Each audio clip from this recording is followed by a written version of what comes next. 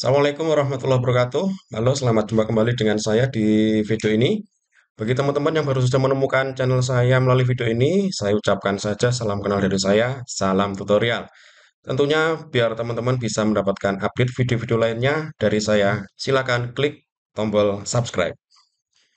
Kali ini saya akan berbagi informasi dan pengalaman mengenai salah satu fungsi di Excel yang tentunya tidak asing lagi ya. Dia adalah fungsi filter. Nah, sebetulnya ada beberapa macam fungsi filter. Nah, kali ini saya akan bagikan salah satunya yaitu slicer. Dengan slicer ini kita bisa melakukan filtering atau menyaring data dengan lebih interaktif, lebih mudah memilih data tanpa harus menggunakan cara yang manual. Oke, langsung saja kita menuju ke halaman Excel untuk latihan kita kali ini.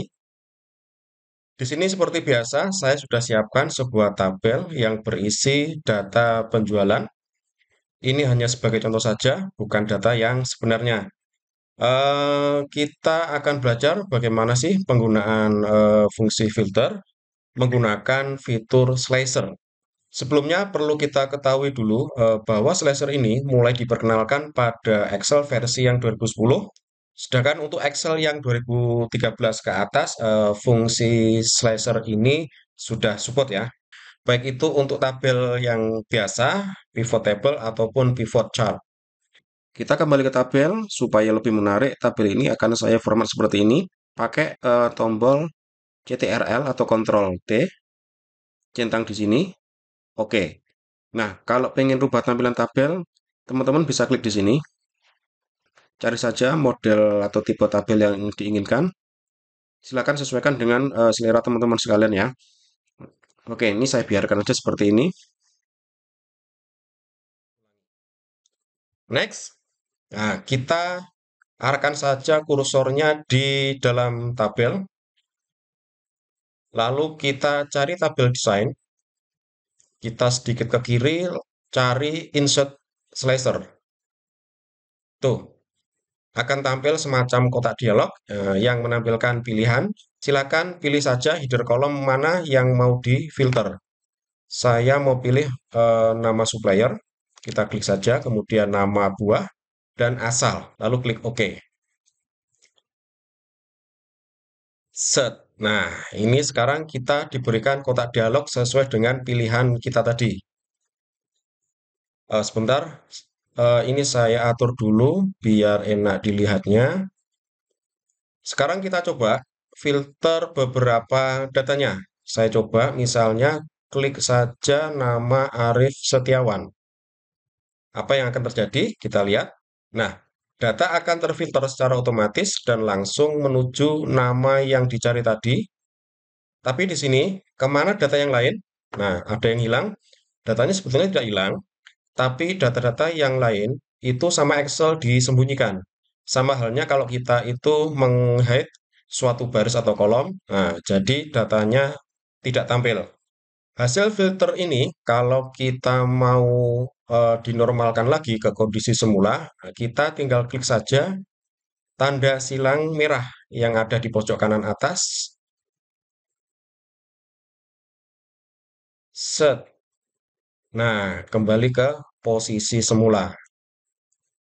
Nah, kita coba lagi cari nama Dian Lestari. Nah, ini ternyata Dian ini memiliki tiga komoditi buah yang dipasok ke kita dengan masing-masing buah bersumber dari tiga kota yang berbeda.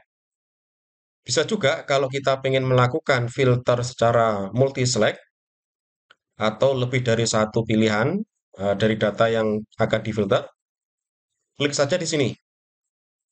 Lalu kita pilih data-data yang lainnya.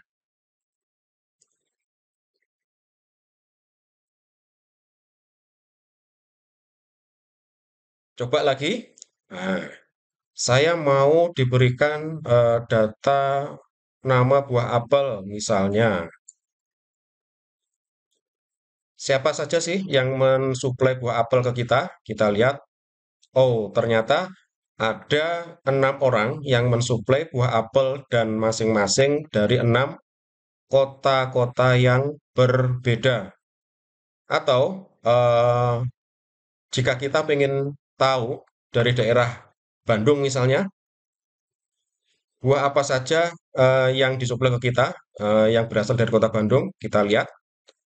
Nah, ternyata ada 5 komoditi buah yang disuplai dari kota Bandung. Menurut saya ini sih lebih menarik dan simpel daripada kita pakai filter yang biasa. Next. Oh iya, ini. Di sini, di bagian bawah kanan, ada total penjualan dan total filter. Sebetulnya gini, umumnya itu mungkin total penjualan ya, yang biasa kita tambahkan di sini. Lalu total filter ini apa? Maksudnya apa? Gini, misalkan kita sedang memfilter data, nah otomatis kan tidak seluruhnya data yang akan ditampilkan. Nah, lalu kita ingin mengetahui berapa jumlah data yang difilter atau yang ditampilkan. Kalau bahasa kita mungkin gini, kita itu perintahkan ke Excel agar menghitung dengan mengabaikan data yang disembunyikan. Jadi, data yang disembunyikan itu tidak dihitung sama Excel. Coba perhatikan, total penjualan di sini saya pakai rumus sum satu-satu ya. Ini kita pakai yang total penjualan dulu, sum saya jumlah. Nah, Excel akan menjumlah semua data di kolom penjualan ini tanpa kecuali. Tapi, kalau total filter, ini saya pakai rumus subtotal. Fungsinya apa? Subtotal ini fungsinya adalah untuk menghitung semua nilai hanya pada sel atau data yang tampil saja. Jadi, data yang disembunyikan tidak akan dihitung oleh Excel. Caranya ketikkan sama dengan subtotal kurung buka.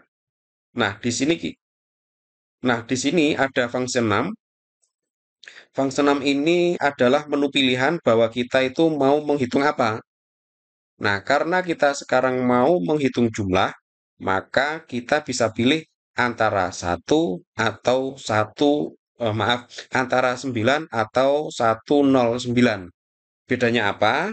Kan sama-sama hitung jumlah. Nah, nanti saya jelaskan.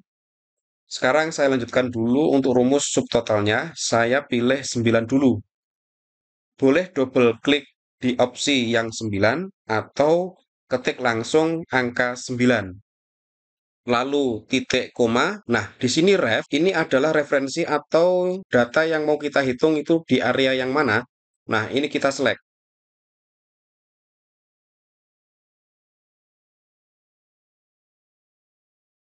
Kemudian kurung tutup, enter. Hasilnya sama. Nah, kita biarkan dulu. Lalu saya buat lagi di sini sebagai contoh perbandingan. Ini pakai 9, ini pakai yang 109. Ketikkan lagi subtotal, kurung buka 109. Oke, kita select, kurung tutup, enter. Hasilnya sama. Sekarang kita coba filter datanya. Coba saya filter random saja sebagai contoh.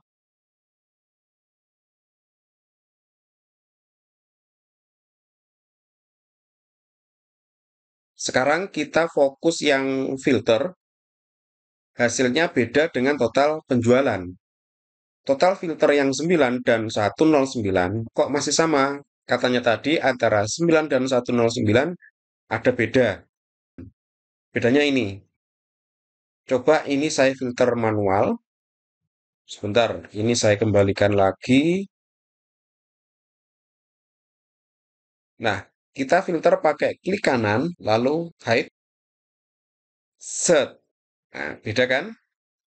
Itu dia bedanya. Jadi, untuk konteks kita kali ini, karena kita pakai filter slicer, maka function 69 ataupun 109 akan menghasilkan jumlah nilai yang sama. Artinya, tetap dua-duanya itu sama-sama mengabaikan data yang tersembunyi setelah di-filter.